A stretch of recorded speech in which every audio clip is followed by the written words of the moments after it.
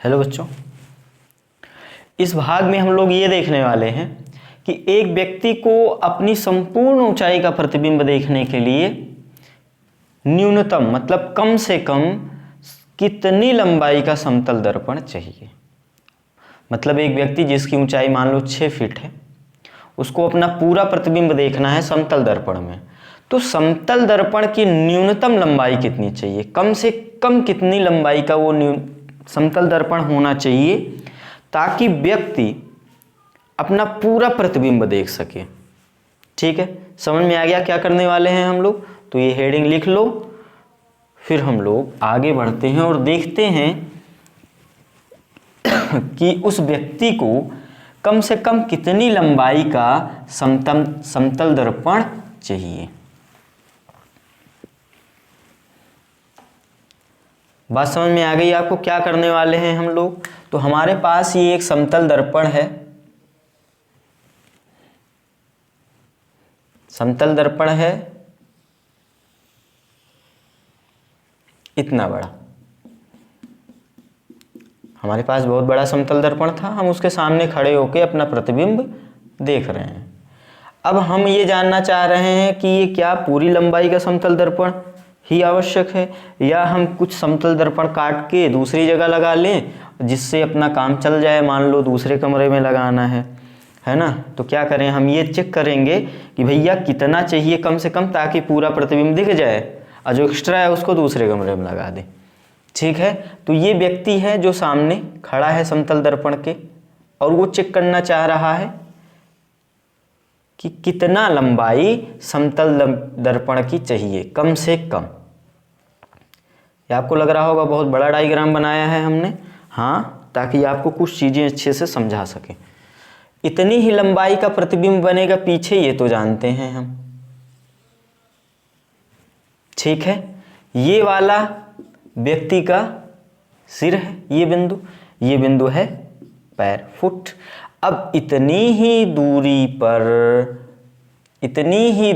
पर पीछे H dash मिलेगा अपने को, इतना हम लोग जानते हैं। एच का प्रतिबिंब एच डैश।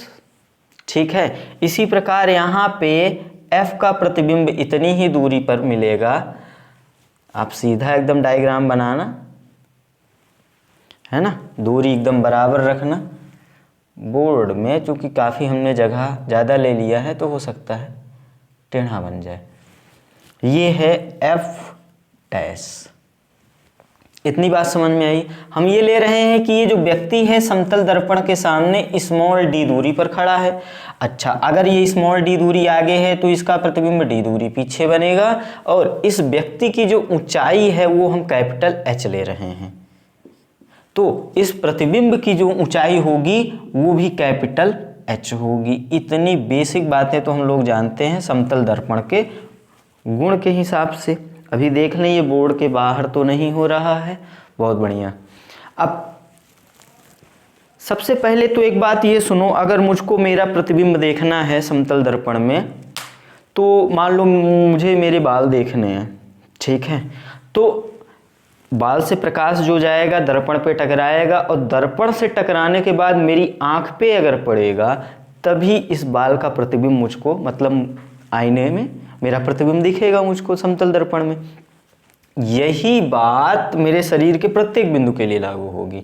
अगर मुझको प्रतिबिंब देखना है मतलब उस बिंदु से प्रकाश चला, दर्पण पे टकराया, फिर लौटा मेरी आंख पे, तभी मुझको दिखा प्रतिबिंब। मतलब अगर इस व्यक्ति को अगर प्रतिबिंब देखना है तो प्रत्येक बिंदु के लिए, जिस बिंदु का भी प्रतिबिंब देखना है, मान लो एच का प्रतिबिंब देखना है, हेड देखना है, उसका सिर देखना है उसको, तो अब इसका जो प्रतिबिंब बना है ये इस बिंदु से जो परावर्तित प्रकाश जाता हुआ दिखेगा वो ई से दिखे तभी दिखेगा। तो अब आप प्रतिबिंब बनाने के लिए जानते हो इसको उससे मिलाओ, क्योंकि परावर्तित प्रकाश ये आभासी प्रतिबिंब है तो परावर्तित प्रकाश यहीं से जाता हुआ दिखेगा। अब हम जब प्रतिबिंब बना रहे थे तो कहीं से भी ले जाकर के काट दे रहे थे, मतलब कहीं भी काट रहे थे इससे ले जाकर, लेकिन अब चूंकि देखो इससे तो बहुत सारी प्रकाश किरणें हम किसी भी दिशा में निकाल सकते हैं। मान लो ऐसे निकाल दें और 2 भेज के काट दें, लेकिन ये जो परावर्तित प्रकाश जो जाता हुआ दिखेगा, इससे वास्तव में वो आंख से जाना चाहिए, तभी उसका प्रतिबिंब दिखेगा। मतलब आंख से मिलाना है उस बिंदु को। मिलाओ। अब यही सीधी रेखा बनाने में थोड़ी समस्या आने वाली है ना। अभी इतनी बड़ी स्केल भी नहीं है, आप समझ लेना भाई। ये सीधी रेखा है मतलब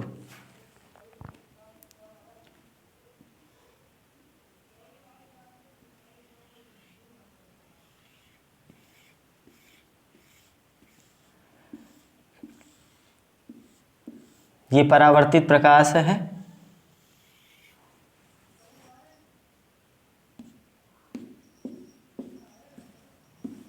ठीक है, ये परावर्तित प्रकाश है।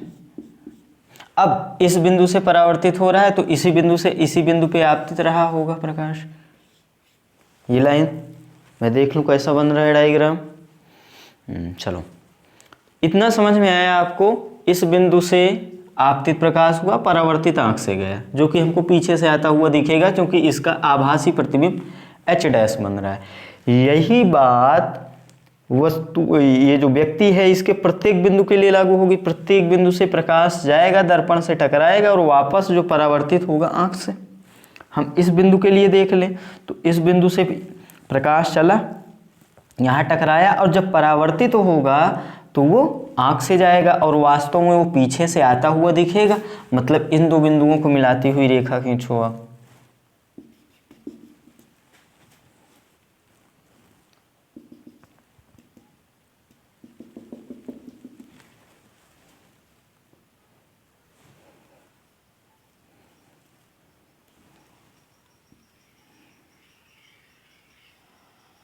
ये परावर्तित किरण है इस बिंदु से, तो इसी बिंदु पे इसके लिए आपतित किरण बना दो।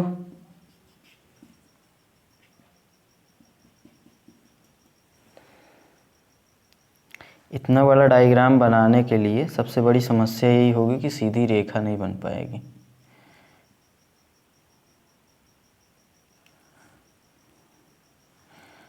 अब ये दूरी d है, अब ये हटा दे रहे हैं, आप समझदार हो गए हो। ठीक है, ये था आपतित प्रकाश, ये है परावर्तित प्रकाश। इतनी बात समझ में आई। अब यहाँ पर एक बात ये भी समझना होगा आपको कि देखो, ये दोनों बिंदुओं की तो चलो ठीक है बात हो गई है ना। इन दोनों बिंदुओं के लिए जो दर्पण पे बिंदु मिले वो M और N मिले, ये भी बात ठीक है, मान लिए आप। अब जो ये वाला बिंदु N है और ये वाला बिंदु M है। अब चूंकि देखना तो प्रत्येक भाग को है, मान लो जो सिर के नीचे कोई बिंदु होगा, इस बिंदु का प्रतिबिंब देखना है। क्योंकि पूरे शरीर को देखना है, उस पूरे शरीर का प्रतिबिंब देखना है तो इस बिंदु को भी देखना होगा। अब इस बिंदु के लिए यहाँ पे प्रतिबिंब बन रहा होगा और इस बिंदु से जो परावर्तित प्रकाश यहाँ से आंख से जाता हुआ दिखेगा। तो अगर इसके लिए हम रे डायग्राम बनाने की कोशिश करें, आपको अब समझ में शायद आ रहा हो कि इतना बड़ा डायग्राम हमने क्यों बनाया, ताकि थोड़ा साफ सुथरा बने।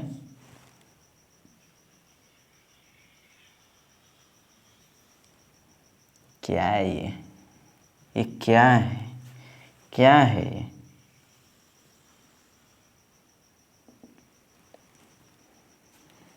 ठीक है, ये परावर्तित प्रकाश किरण है इस बिंदु के लिए। अब इसी बिंदु पे आपतित होगी ये प्रकाश,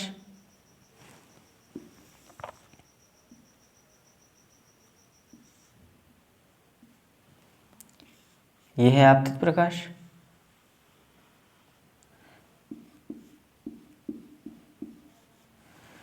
तो अब देखना यहाँ पे, ये जो बिंदु मिला दर्पण पे, ये M वाले के नीचे मिला। ये बात सीखनी है आपको।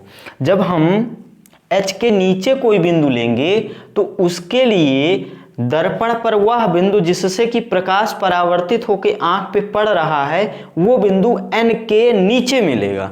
मतलब अब ये इसके लिए तो अब इसके ऊपर तो कोई भाग है नहीं, H के ऊपर तो कोई भाग है नहीं, H के लिए तो M बिंदु मिल गया। अब H के नीचे आप कोई भी बिंदु ले रहे हो, हमने एक लेकर चेक कर लिया, आप दूसरा लोगे तो उसके लिए भी जो परावर्तक बिंदु मिलेगा वो दर्पण के यहाँ पर मिलेगा, मतलब m के नीचे ही मिल रहा है, m के ऊपर नहीं मिल रहा है। m के ऊपर नहीं मिल रहा है मतलब ये वाला हिस्सा अगर हम चाहें तो अब हटा दें। ये बात आपको सीखनी है, अच्छे से समझनी है यही बात, क्योंकि अब h के ऊपर तो कोई बिंदु है नहीं, तो और इसके लिए ये अंत बिंदु m मिला था। अब h के ऊपर आप कोई भी बिंदु लोगे तो उसके लिए जो परावर्तक बिंदु मिलेगा इस परावर्तक सतह पे, इस समतल दर्पण पे, वो m के नीचे ही मिलेगा। मतलब ऊपर वाला भाग बेकार है, क्योंकि हमको न्यूनतम समतल दर्पण चाहिए, तो अब ऊपर वाले भाग को हम हटा सकते हैं। इतनी बात समझ में आई आपको? अब इसी प्रकार देखो F के लिए तो ये नीचे वाला बिंदु मिला था यहाँ पे, अब F के ऊपर जो बिंदु होगा, मान लो इस बिंदु को, ये पैर के ऊपर भी जो घुटना होगा मान लो, उसका प्रतिबिंब देखना चाह रहे हैं हम, तो अब उसका प्रतिबिंब यहाँ पे बनेगा और इससे जो प्रकाश आपतित होगा, अब फाइनली जो परावर्तित होगा इस सतह से, वो यहाँ से जाता हुआ दिखेगा आँख पे। तो इसको आँख से मिलाओ,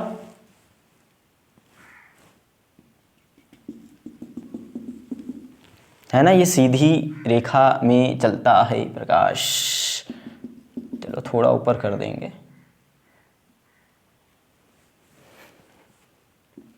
यहाँ पे ले लिए बिंदु, ठीक है। अब देखो ये बिंदु मिला,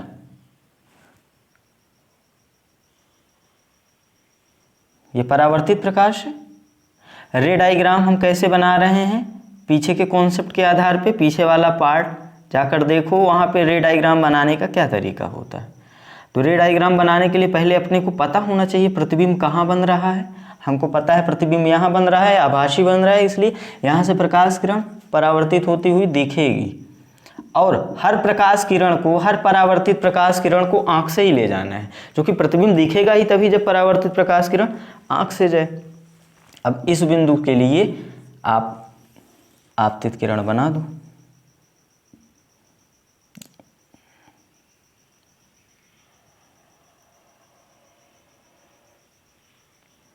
ये बन गई। तो अब देखो आप F के ऊपर कोई भी बिंदु लो, हमने एक बिंदु लिया, F के ऊपर एक बिंदु लिया, उसका प्रतिबिंब यहाँ बना और इससे जो परावर्तित प्रकाश हुआ वो इस बिंदु से गया, मतलब इस बिंदु के लिए परावर्तक बिंदु ये मिला दर्पण पे, और ये बिंदु n के ऊपर है, n के ऊपर है। मतलब आप अभी F के ऊपर जिस भी बिंदु का प्रतिबिंब देखना चाहते हो, F के ऊपर, क्योंकि सभी का प्रतिबिंब देखना है, तो F के ऊपर जितने भी बिंदु होंगे उनके लिए जो परावर्तक बिंदु होगा वो n के ऊपर आएगा और m के नीचे होगा, क्योंकि ये m उच्चतम बिंदु था इसके लिए। मतलब अब ये वाला भाग भी हम चाहें तो हटा सकते हैं। ये बात समझनी है आपको। अब अपने को न्यूनतम समतल दर्पण की लंबाई चाहिए थी, तो यही है mn। अपना न्यूनतम समतल दर्पण क्या है? mn।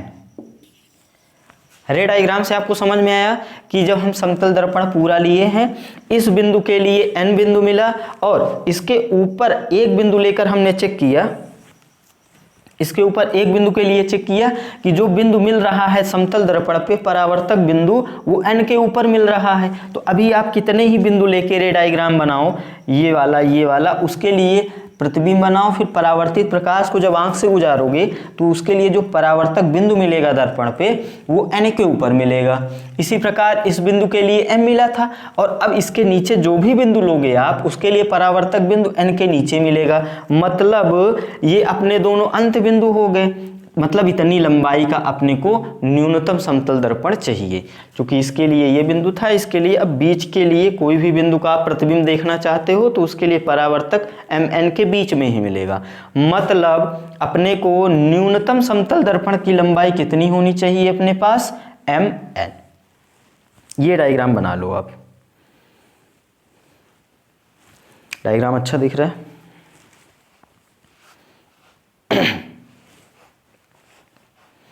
बना लो, है ना।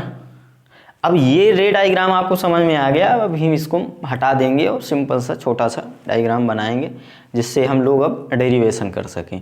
ये डायग्राम इतना बड़ा बनाने का मकसद क्या था? ताकि ये किरण थोड़ा दूर दूर हो। छोटा बनाते ये किरण पास पास होता, अच्छे से दिखता नहीं, गंदा हो जाता डायग्राम। ठीक है, बना लिए इसको। आपको इस रे डायग्राम से इतना पता चल गया कि जो न्यूनतम समतल दर्पण की लंबाई चाहिए अपने को वो है mn। अब इसकी कैलकुलेशन करना है, बस कैलकुलेशन हम लोग कर ले रहे हैं आगे।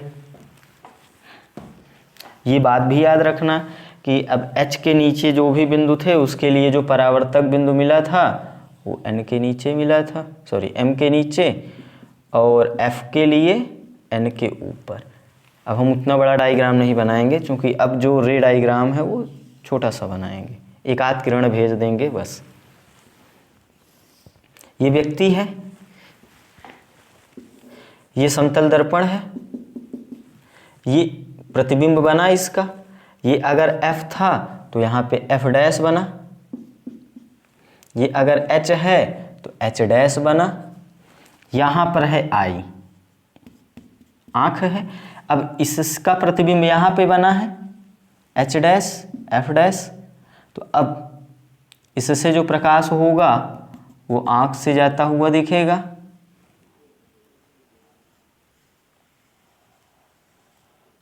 और इस बिंदु पे प्रकाश आपतित होगा इससे। ये है आपतित किरण, ये है परावर्तित किरण। इसी प्रकार इससे जो बिंदु प्रकाश होगा इससे जाता हुआ दिखेगा आँख से, चूंकि प्रतिबिंब देखना है तो परावर्तित प्रकाश आँख से ही दिखना चाहिए जाता हुआ।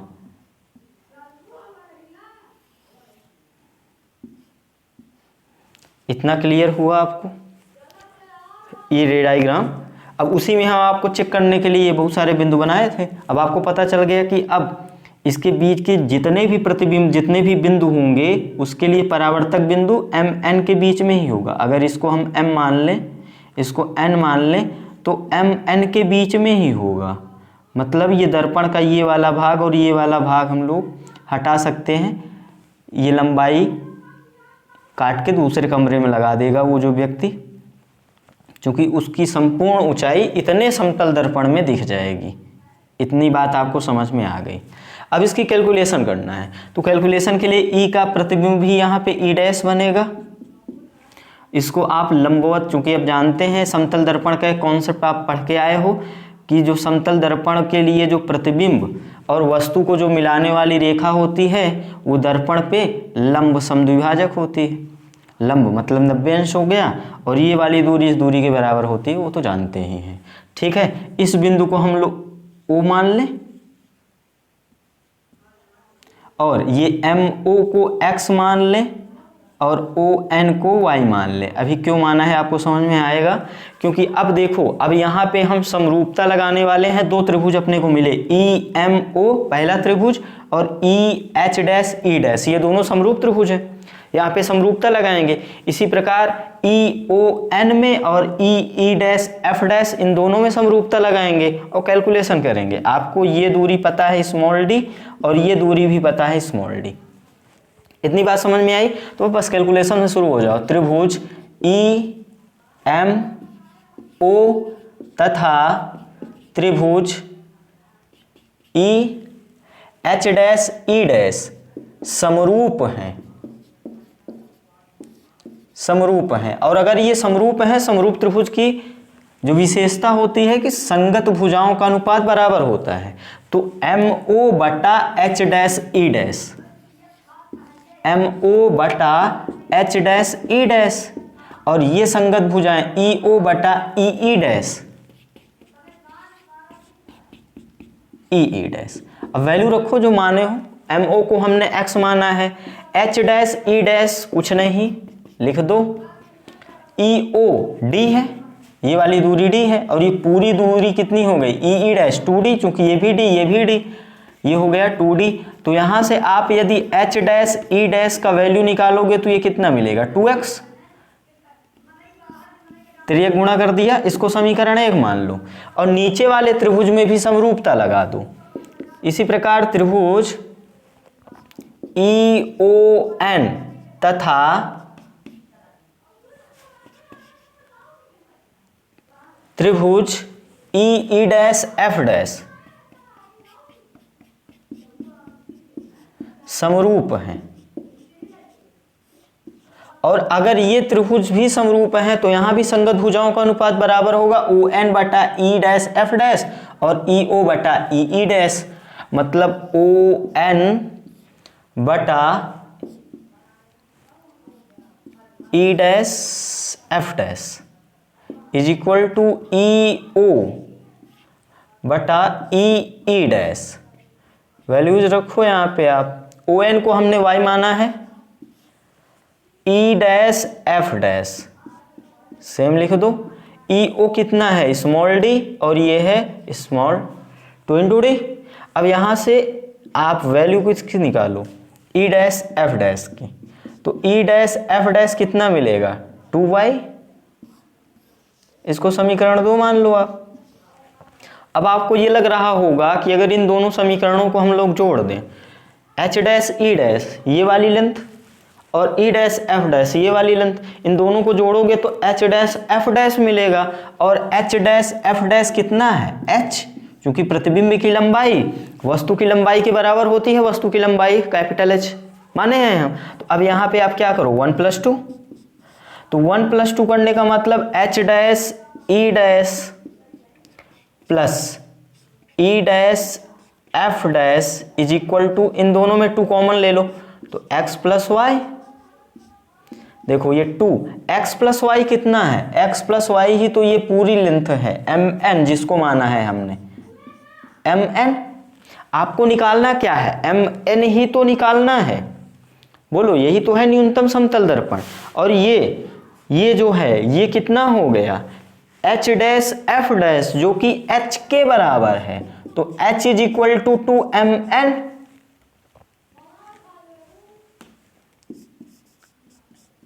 तो यहां से आप mn निकालोगे तो कितना मिलेगा आपको h/2। ये अपना आंसर है।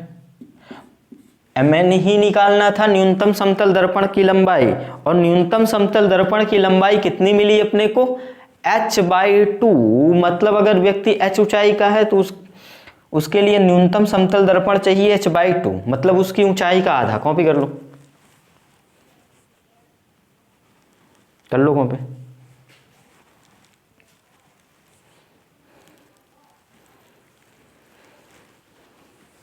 ऊंचाई कर लो, कॉपी कर लो। फिर हम लोग एक जेई का क्वेश्चन कर लेते हैं।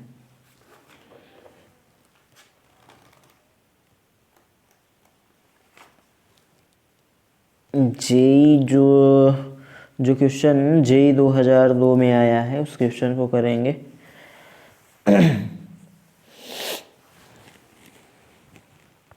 ये कॉन्सेप्ट समझ में आया ना आपको।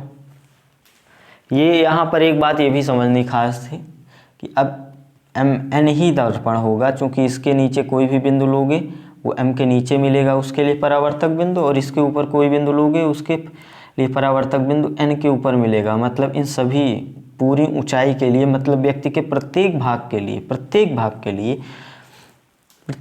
के लिए जो बिंदु जो इस समतल दर्पण पे परावर्तक बिंदु होगा वो mn के बीच में ही मिलेगा। मतलब अपने को समतल दर्पण mn चाहिए। कर लो कॉपी। h/2 मिल रहा है। अगर व्यक्ति 6 फीट का हुआ तो उसको दर्पण चाहिए कितना, कम से कम न्यूनतम कितना चाहिए 6 का आधा 3 फीट। ठीक है,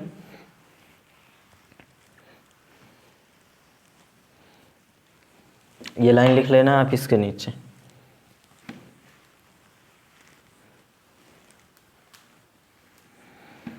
अच्छा, यहाँ पे एक छोटी सी बात और कर लेते हैं। जो फार्मूला मिला आपको mn is equal to h/2, यहाँ पे ये स्मॉल d तो आया नहीं।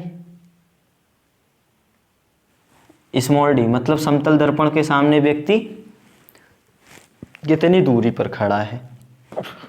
स्मॉल d तो आया नहीं, मतलब ये है कि स्मॉल d पे निर्भर नहीं करता। व्यक्ति समतल दर्पण से कितना ही आगे खड़ा हो, वो दूरी जो है न्यूनतम समतल दर्पण की लंबाई के लिए निर्भर नहीं करती। ठीक है, बात समझ में आई। अगर आप चलो इसको प्रूव करना चाहते हो तो दूरी आप बदल दो। अभी हमने d लिया था, आप 2d ले लो तो ये भी 2d हो जाएगा। देखो मैं बोल के आ रहा हूँ, मैं ये बोल रहा हूँ कि समतल दर्पण के सामने व्यक्ति कितनी ही दूरी पर खड़ा हो, उसका पूरा प्रतिबिंब देखने के लिए उसको न्यूनतम समतल दर्पण की लंबाई h/2 ही चाहिए। मैं ये बोल रहा हूँ, अब ये मैं बात ये सिद्ध करना चाहता हूँ, तो हमने इसके लिए क्या किया, अभी d दूरी लिया था, अब ये 2d ले लो। ठीक है, अगर 2d के लिए भी ये बात आ जाए h/2 तो हम मान लेंगे सही है। 3d ले लो, कुछ भी दूरी ले लो, क्योंकि मैं ये बोल रहा हूँ ये दूरी पर निर्भर ही नहीं करता, मतलब कुछ भी दूरी ले लो। 3d ले लो, 3d लेकर चेक करो। अभी अगर मान लो 5 मीटर पे खड़ा था सेंटीमीटर पे, तो अब 5 × 15, 3 गुना पीछे खड़ा हो गया, तो क्या अभी भी उसको न्यूनतम समतल दर्पण की जो लंबाई चाहिए वो h/2 ही चाहिए, ये चेक करना चाह रहे हैं हम लोग।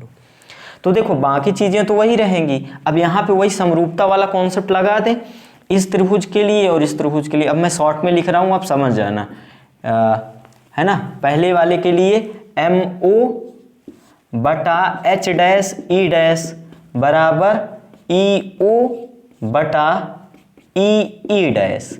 ये किसके किसके लिखे, त्रिभुज EMO तथा त्रिभुज EH'E', इसके लिए, क्योंकि ये दोनों त्रिभुज समरूप हैं अभी भी, तो इनके लिए ये नियम होगा। अभी MO को x माना है, H', नहीं पता अपने को, ये दूरी EO की दूरी कितनी ले ली, 3d, तो अब ये EE' कितना होगा, 3 3 6d। तो अब यहां से आप यदि H', E' निकालोगे तो ये 3 एक कम 3 दूनी कट जाएगा, 2 आएगा, d भी कट जाएगा, यहाँ पे 2x पाएगा। अब आपको याद आ गया होगा कि पहले भी H', E' 2x ही आया था।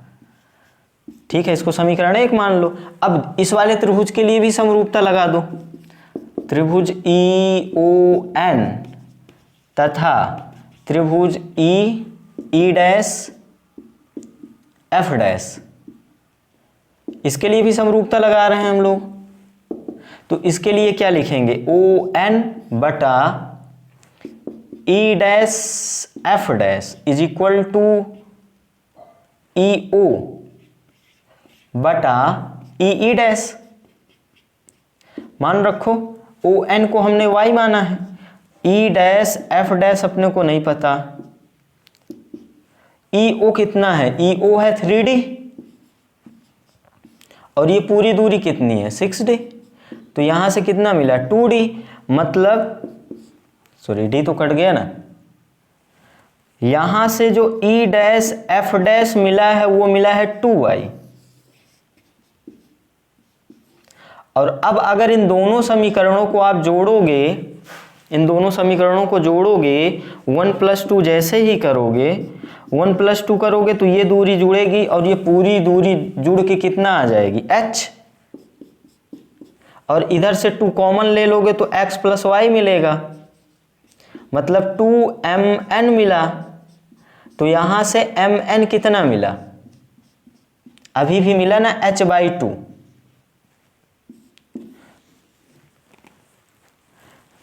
कॉपी करो, मतलब ये है कि अभी भी जो आवश्यक न्यूनतम समतल दर्पण की जो लंबाई है वो h/2 ही है। देखो हमने दूरी बढ़ा दी थी तो भी इस दूरी से फर्क ही नहीं पड़ा, न्यूनतम समतल दर्पण की लंबाई अभी भी h/2 आई। तो वही बात मैं बोल रहा था कि ये जो व्यक्ति की दूरी है समतल दर्पण से, उस दूरी पर यह न्यूनतम समतल दर्पण की लंबाई निर्भर नहीं करती। सवाल ऐसे पूछा जा सकता है कि पहले वो d दूरी पर खड़ा था तो न्यूनतम समतल दर्पण की लंबाई h/2 थी, तो अब यदि वो 3d दूरी पे खड़ा हो जाए समतल दर्पण के सामने, तो आवश्यक न्यूनतम समतल दर्पण की लंबाई कितनी हो जाएगी, अभी भी कितना होगी, h/2। कर लो कॉपी, इसको भी करना चाहो तो ये सेंटेंस लिख लेना जो मैं बोल रहा हूँ कि समतल दर्पण, न्यूनतम समतल दर्पण की लंबाई, सेंटेंस क्या है, न्यूनतम समतल दर्पण की लंबाई, न्यूनतम समतल दर्पण की लंबाई समतल दर्पण के सामने व्यक्ति की स्थिति पर निर्भर नहीं करती। व्यक्ति की स्थिति पर निर्भर नहीं करती, मतलब ये दूरी पर निर्भर नहीं करती। ठीक है, आप कैलकुलेशन के लिए इसको 4D कर लो, सॉल्व करोगे आएगा यही, चूंकि यहाँ 4 लोगे तो ये 4 होगा, तो ये 4 4 8 हो जाएगा। देखो फर्क यहीं पे पड़ता है, अगर ये 4 तो ये 8, तो फिर 4 2 जा 8 कट जाएगा, तो फिर से 2 आ जाएगा। अगर ये 8 लो तो ये 16, तो यहाँ 8 तो 16 फिर कट जाएगा, 2 आ जाएगा। ठीक है, मतलब हर बार कितना होगा h/2, ये इसके सामने की दूरी पे निर्भर नहीं करता। कर लो कॉपी, फिर हम लोग आगे चलते हैं।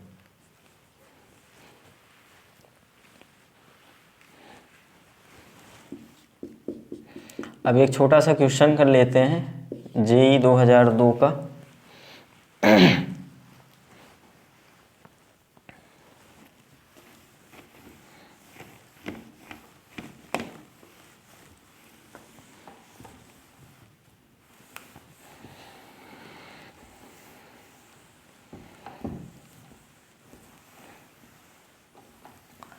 सवाल कह रहा है कि 2 समांतर समतल दर्पण हैं और चित्रानुसार रखे गए हैं।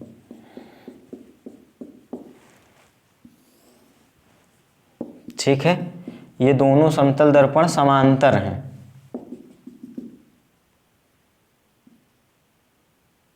बराबर लंबाई के हैं।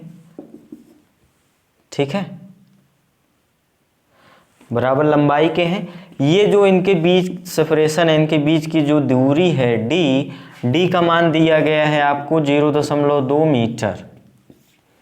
ठीक है, और ये समान लंबाई के हैं और इनकी जो लंबाई है कैपिटल L वो भी दिया गया है आपको 2√3 मीटर।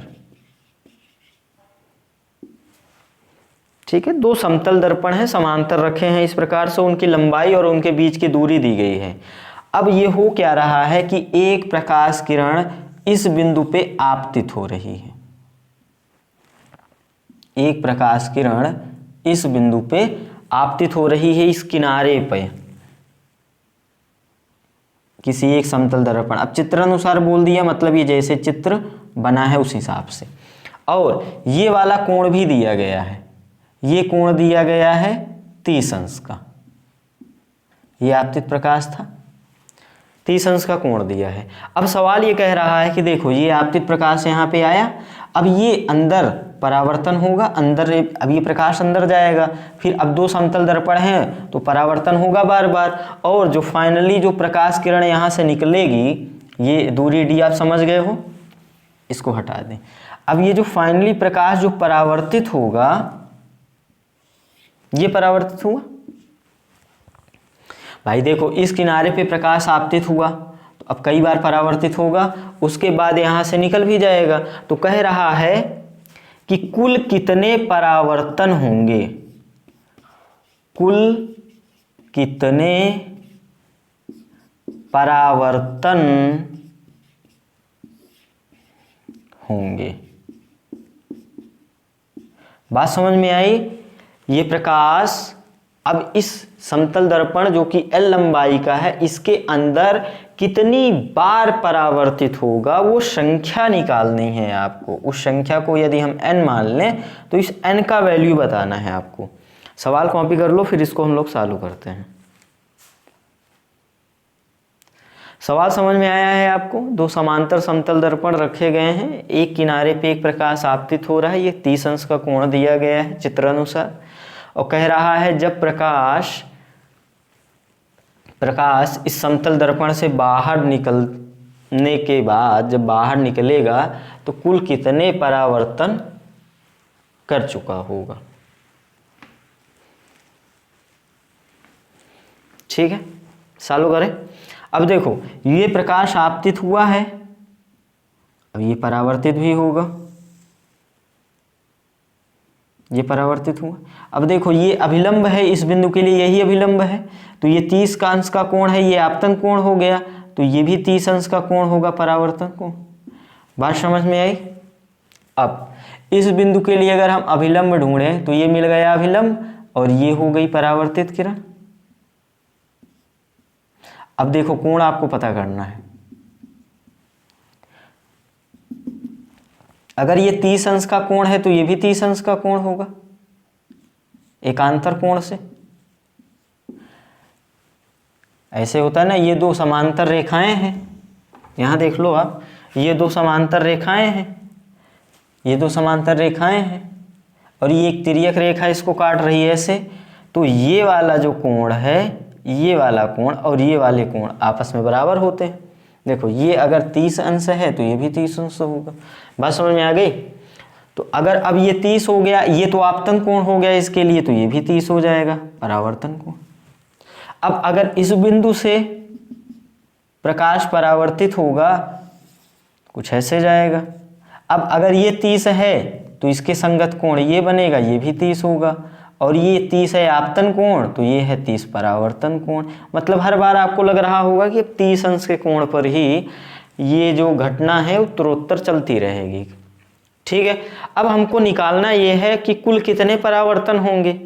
तो यदि हम ये पता कर लें कि एक बार परावर्तन होने में ये कितनी दूरी तय करेगी, एक बार परावर्तन होने में ये जो प्रकाश किरण है ये कितनी दूरी तय करेगी, और फिर कुल दूरी में से हम भाग दे दें, तो यही तो होगा n अपना। देखो x क्या है, एक परावर्तन होने में तय की गई दूरी, l क्या है, कुल दूरी, इस समतल दर्पण के लिए कुल लंबाई। तो यदि एक बार में इतना तय कर रहा है तो इस पूरी दूरी को तय करने में कितनी बार होगा परावर्तन, l बटा x बराबर n। बात समझ में आ गई? तो यही n निकालना है आपको, l पता है, x यदि निकाल लें हम तो बात बन जाए। बात समझ में आ गई सवाल? ठीक है। अब देखो यहाँ पे एक डाउट ये हो सकता है कि देखो एक बार में तो x दूरी तय कर लिया, ये क्या हर बार ये दूरी बराबर तय होगी?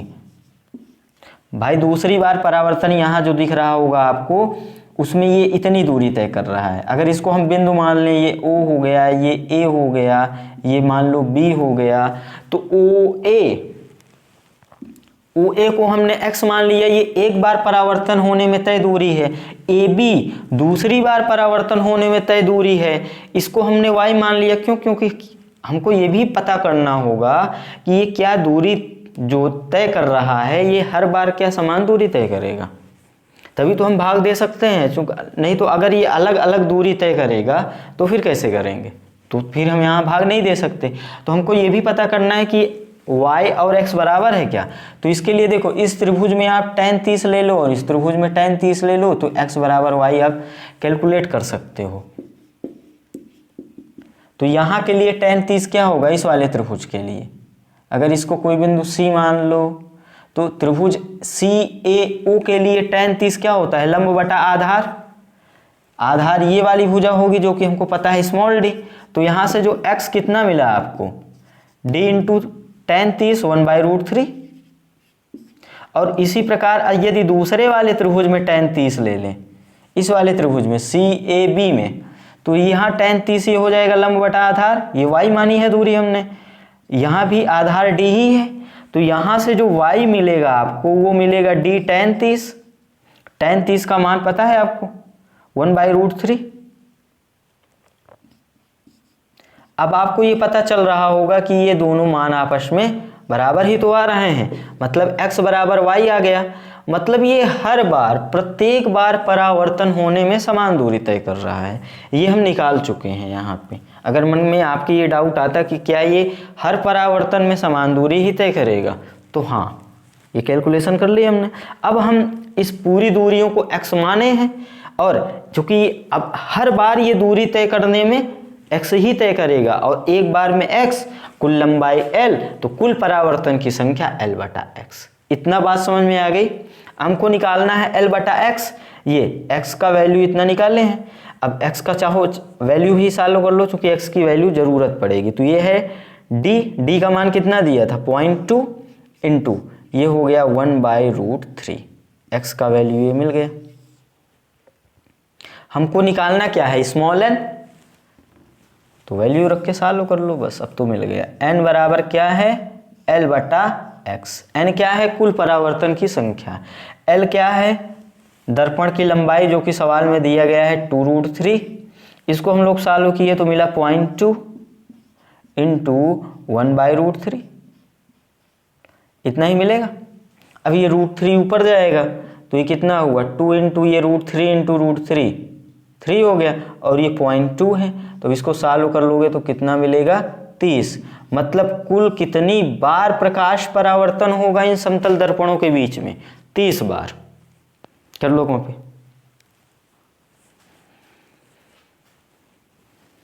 किया कॉपी?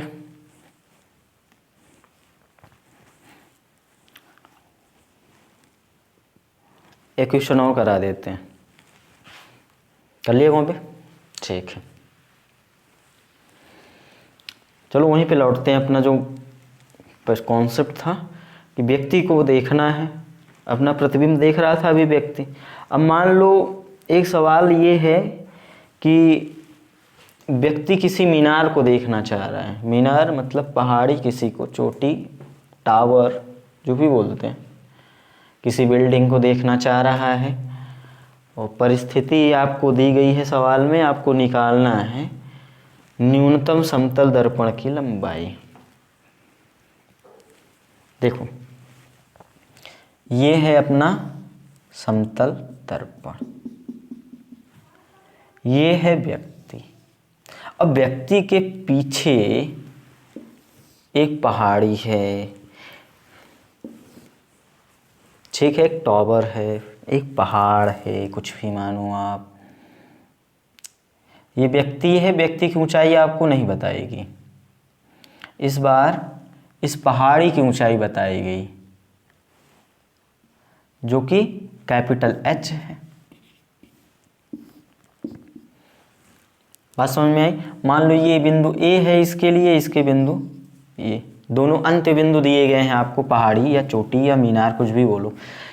अब ये जो व्यक्ति है, मान लो अगर ये व्यक्ति आगे D दूरी पर खड़ा है तो पीछे इससे D दूरी पर ये है।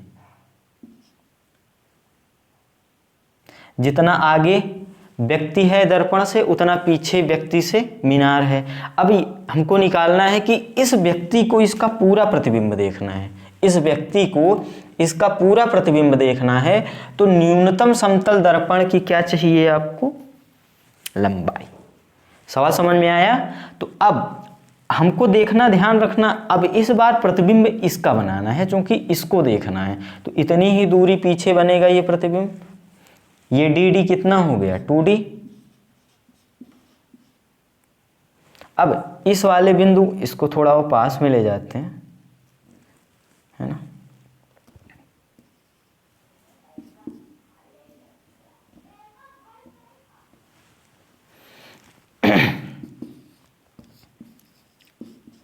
तो इसका प्रतिबिंब यहां पे बना, मान लो B', और इसका प्रतिबिंब यहां पे बना A'।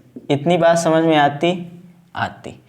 अब यहां पर ध्यान देना, फिर वही बात, अगर मेरे पीछे कोई वस्तु है जिसका प्रतिबिंब मैं सामने देख रहा हूं, तो उस वस्तु से प्रकाश चलेगा, दर्पण पे टकराएगा और लौटेगा मेरी आंख से, तभी प्रतिबिंब दिखेगा यहाँ पे। तो ये जो इतना बड़ा व्यक्ति है, हमको उसकी लंबाई से लेना देना ही नहीं है, उसकी आंख से लेना देना है।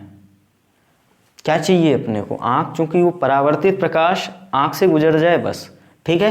तो अब इस बिंदु से जो परावर्तित वास्तव में इस होती हुई दिखेगी आभासी प्रतिबिंब के लिए, वो ई से जाएगी,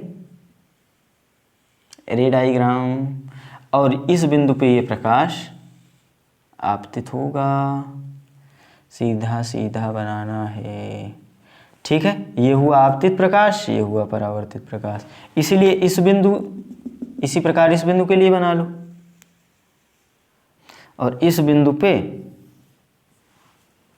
ठीक है। अब चाहो तो आप ये व्यक्ति की जो ऊंचाई थी उसको हटा दो, सिर्फ आंख चाहिए आपको, है ना। रहने दो, अच्छा नहीं लगता, है ना।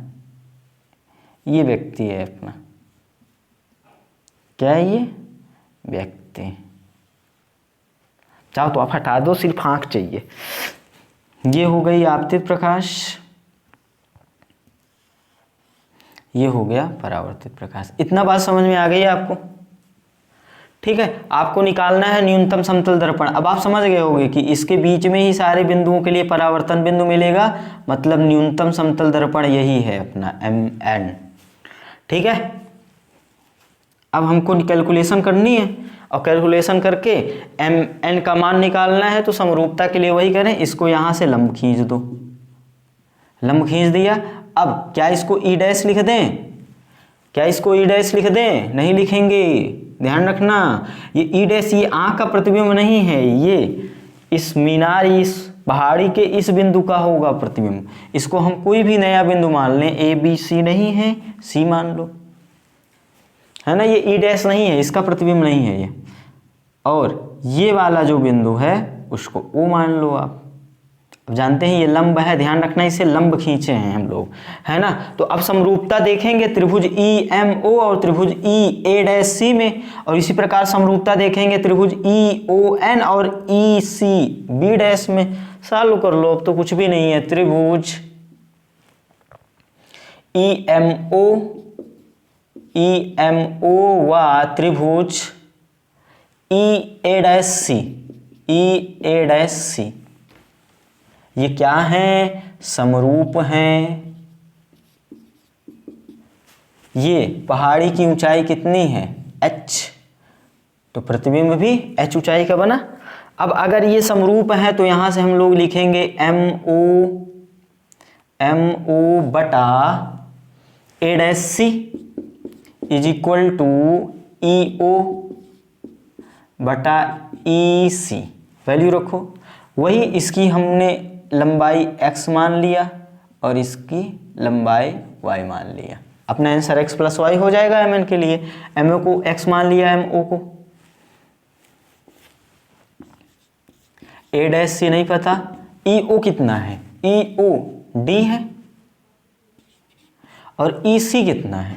EC, ध्यान देना, ये 2D है और ये है D 3D। ये मिस्टेक मत करना, नहीं गलत हो जाएगा। तो यहाँ से जो ए डैश सी मिलेगा वो मिलेगा 3x। इस बार कितना मिलेगा? 3x। कॉपी किया। अब इसी प्रकार इस त्रिभुज में देख लें, त्रिभुज ई ओ एन व त्रिभुज ई सी बी डैश में लिख दिया, मतलब ये दोनों समरूप हैं। तो समरूपता लगाओ ओ एन बटा C B dash is equal to E O बटा ई सी। वैल्यूज रखो यार। ओ एन को हमने y माना, ये सी बी डैश है, इज इक्वल टू ई ओ कितना है? स्मॉल डी, और ये मिलेगा आपको 3D ई सी ये डी, ये 2D 3D। अब यहाँ से अगर हम सी बी डैश निकालें तो ये मिलेगा 3y, दोनों को जोड़ दो 1 + 2। तो दोनों को जैसे ही जोड़ोगे तो ए डैश सी और सी बी डैश, ए डैश सी और सी बी डैश, चलो एक लाइन लिख देते हैं, A dash C plus C B dash is equal to, इधर क्या मिलेगा? 3 कॉमन ले लो, x प्लस वाई, बोलो। और ये यही तो है अपना h, ये पूरा h आ गया, h इज इक्वल टू 3, ये mn ही तो है, x प्लस वाई। तो यहां से mn कितना मिला? h बटा 3। मतलब व्यक्ति को पीछे h ऊंचाई की मीनार को देखने के लिए कम से कम h बटा 3 लंबाई का समतल दर्पण चाहिए। बात समझ में आ गई? कर लो कॉपी। फिर यहाँ पर एक बात और कर लेते हैं, कॉपी कर लो जल्दी से पहले।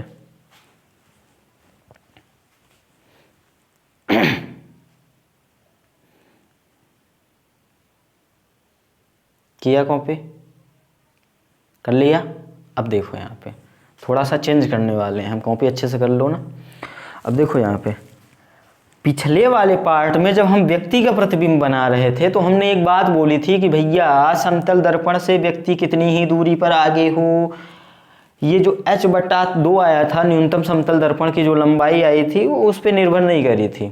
हमने d लिया था, फिर 3D भी लिया है ना, तो निर्भर नहीं की। क्या यहाँ भी वो परिस्थिति बन सकती है? ये चेक करने के लिए हम इसमें कुछ चेंज कर दें। बात समझ में आ गई? हम क्या चेक करना चाह रहे हैं? हम ये चेक करना चाह रहे हैं कि पूर्ववत पहले जो हुआ था ये दूरी निर्भर नहीं हुई थी, तो क्या इस परिस्थिति में भी ऐसा कुछ होने वाला है? तो हम वही चेक करेंगे। तो ये पहले लिख लो, फिर हम इसी में वो दूरी चेंज कर देंगे बस। तो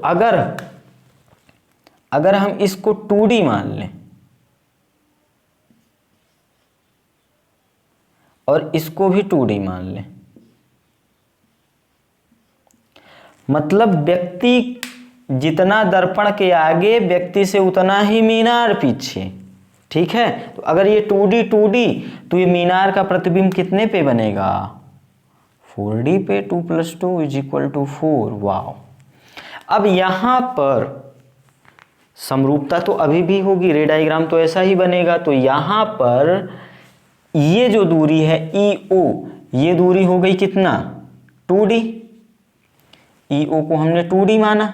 और ये जो पूरा है लंबाई है EC कितना हो जाएगा? ये ध्यान देने वाली बात है। ये हो जाएगा 2 और ये 4। बात समझ में आई? अभी भी कितना आ गया? 2 3 जा 2 3 6, अभी भी 3x आया ना। और इसी प्रकार अगर यहाँ देखेंगे EO तो ठीक है, EO कितना हो जाएगा? 2D।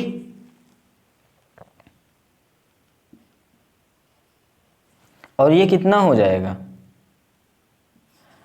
2 4 6। तो यहाँ से भी कितना मिलेगा? 3y। और जब सॉल्व करेंगे तो यही मिलेगा।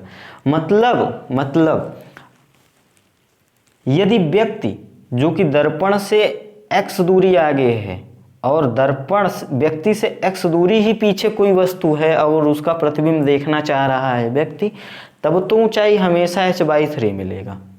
ठीक है, अभी ऐसे समझो आप। पहले ये लिख लो, फिर मैं सेंटेंस बोल रहा हूँ। लिख लो, लिख लिया? पॉज करके लिख लो। देखो, मैं ये बोल रहा हूँ कि अगर ये दूरियां समान हैं, ये दूरियां अगर समान हैं, मतलब दर्पण से व्यक्ति की दूरी, दर्पण से व्यक्ति की दूरी और व्यक्ति से वस्तु की दूरी, मतलब मीनार जिसका भी प्रतिबिंब देखना चाह रहा है, वस्तु की दूरी अगर बराबर है 2D लिया, तब फिर हमेशा h/3 ही मिलेगा। मान लो यहाँ पे 3 ले लो, इसको 3D ले लो आप, तो ये कितना हो जाएगा? 6। और यहाँ पे जैसे सॉल्व करोगे आप, यहाँ पे 3D हो जाएगा और यहाँ पे कितना हो जाएगा? ये तो 3D हुआ और ये कितना हो गया? 6 3 9। देखो 3 त्रिकाई 9 अभी भी आया ना। यहाँ भी इसी प्रकार 3D हो जाएगा और ये हो जाएगा 9D। बात समझ में आई? और फिर सॉल्व करोगे वही आएगा। मतलब दर्पण से व्यक्ति की दूरी और व्यक्ति से वस्तु की दूरी अगर बराबर है, ये दूरियां अगर बराबर हैं, तो न्यूनतम समतल दर्पण की लंबाई सदैव h/3 होगी। इसमें नोट ये लिख सकते हो आप। क्या लिखोगे? कि यदि समतल दर्पण से व्यक्ति की दूरी और व्यक्ति से वस्तु की दूरी, जिस वस्तु का वो प्रतिबिंब देखना चाहता है, समतल दर्पण से व्यक्ति की दूरी, व्यक्ति से वस्तु की दूरी अगर समान है, तो न्यूनतम समतल दर्पण की लंबाई सदैव h/3 होगी। बात समझ में आई? कॉपी कर लो इसको भी। अपनी बात को प्रूव करने के लिए डाटा हमने अलग अलग लेकर कर लिया कॉपी। अब यहीं पर अगर क्या कर दे, अब ये दूरियों का ही है, 1 मिनट में मैं बोल देता हूँ। वैसे इतना ज़्यादा तो पूछता नहीं है ना, लेकिन चलो अभी इतना लिखा है, मुझको 1 मिनट ही लगेगा। आप लिखना या ना लिखना वो आपकी बात है, समझ लो। अगर मान लो ये दूरियां परिवर्तित कर दें, अलग अलग कर दें, ये दूरी D, ये दूरी 2D या 2D 3D 4D 5D, मतलब ये दूरियां अलग अलग हो जाएं, दर्पण से व्यक्ति की दूरी और व्यक्ति से वस्तु की दूरी अलग अलग हो जाए, तो भी क्या यही होगा? वो चेक करने के लिए हम फिर से यही कैलकुलेशन करते हैं। अब ये D और ये 2D, ये पीछे बनेगा 3D दूरी पे प्रतिबिंब, क्योंकि दर्पण से आगे 3D दूरी पे हो गई ना वस्तु, तो पीछे 3D पे बनेगा। तो अब ये EO तो D हुआ, EO कितना हुआ? D। लेकिन जो EC हुआ वो कितना हो गया? 3 और ये 1 4। बात समझ में आई? ये तो D हुआ और ये कितना हो गया? ये 3 था, क्योंकि 3 पे आगे पीछे था, आगे वस्तु थी D और 2D 3, तो पीछे 3D पे ये D, तो ये 3D जुड़ गया 4D। यहां से जब सॉल्व करोगे तो कितना मिला? 4x। और इसी प्रकार अब इसको यहां पे D रखो, क्योंकि ये EOD है और EC कितना है 4D। तो जब इसको सॉल्व करोगे तो 4y मिलेगा, और अगर ये 4y मिला तो यहाँ 4 आया, यहाँ भी 4 आया, और फिर यहाँ 4 आएगा। मतलब ये है कि अगर ये दूरियां आप बदल दे रहे हो ना, तब कुछ भी मिल सकता है, तब आपको कैलकुलेशन करनी पड़ेगी। वो वाला डाटा आप याद भी रख सकते हो, है ना। अब नहीं, क्योंकि अब आप जैसे दूरी बदलोगे तब फिर अलग अलग आंसर आएंगे। यहाँ पे जैसे h/4 आया है, कर लो इसको कॉपी करना चाहो तो। अगर फिर से दूरी बदल दें, मान लो इसको 2D कर दें, इसको 5D कर दें, तो आप चेक कर लो, ये 5 2 7 हो जाएगा। ये 5 2 7 हो गया। अब यहाँ देखो, यहाँ 2D हो गया और यहाँ 7D हो गया। अब करो कैलकुलेशन, कुछ अजीब ही आएगा। ये 2/7 आ गया, फिर यहाँ कितना मिल जाएगा, यहाँ भी 2/7 मिल गया। ठीक है, तो अब कर लेना आप। तो मतलब समतल दर्पण से व्यक्ति की दूरी और व्यक्ति से वस्तु की दूरी अगर ये बराबर रहेगी तब न्यूनतम समतल दर्पण h/3 का होगा। आप याद रख सकते हो। अगर ये दूरियां समान रही तो, अगर ये दूरियां अलग अलग हो जाएंगी तब न्यूनतम समतल दर्पण की लंबाई आप याद नहीं रख सकते हो, उसको फिर आप कैलकुलेट कर सकते हो। ठीक है, तो इस वाले पार्ट में यहीं तक, फिर मिलते हैं हम लोग अगले वाले पार्ट में।